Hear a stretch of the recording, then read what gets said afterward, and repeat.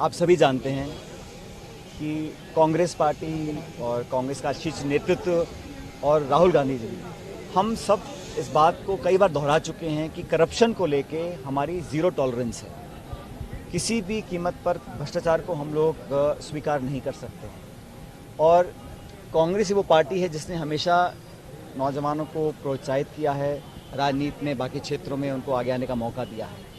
तो नौजवानों के साथ अगर कहीं गलत होता है या कहीं उनके साथ नाइंसाफ़ी होती है तो मैं समझता हूँ पार्टी हमेशा उसके खिलाफ रही है। भ्रष्टाचार और नौजवानों के भविष्य, इन दो मुद्दों पर किसी प्रकार का कोई समझौता कोई करे या मैं समझौता करूं, ये संभव नहीं है। अभी 1-2 दिन पहले मेरी बात दिल्ली में हुई थी। कांग्रेस का जो शीर्ष नेतृत्व है, अध्यक्ष जी हैं, बाकी सब लोग हैं, जो मांगे मैंने रखी थी उसका पूरा संज्ञान पार्टी को भी है। दिल्ली में परसों ही मैंने बात की है और मैंने कहा था, जब मैं 15 तारीख को मैंने एक सभा को संबोधित किया था जयपुर के अंदर, कि भाजपा के शासन में, वसुंधरा जी के कार्यकाल में जो करप्शन के मामले उठे थे, जो खुद अशोक गहलोत साहब ने, मैंने, तमाम कांग्रेस नेताओं ने अपने मुंह से कई बार हम लोगों ने इन बातों को रखा था और ये बात पब्लिक डोमेन में है, तो उन पर एक प्रभावी जांच होनी चाहिए।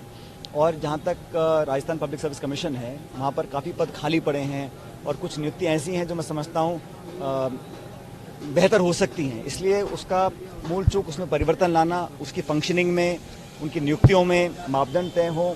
और जो हमारे लाखों लाख बच्चे जो बड़ी मुश्किल से शहरों में जाकर मकान और कमरे किराए पे लेते हैं, कोचिंग और ट्यूशन में पैसा खर्च करते हैं, साल 2 साल मेहनत करते हैं, उसके बाद अगर उनके साथ धोखा हो जाता है तो उन लोगों के पास कुछ लोग ओवरेज हो जाते हैं, कुछ के घर परिवार वालों को आर्थिक बहुत दिक्कतें आती हैं, तो उन लोगों की आर्थिक मदद हम लोग करें। मैं समझता हूँ ये मैंने मुद्दा उठाया था और मैं समझता हूँ इस मुद्दे पर कार्रवाई सरकार करेगी।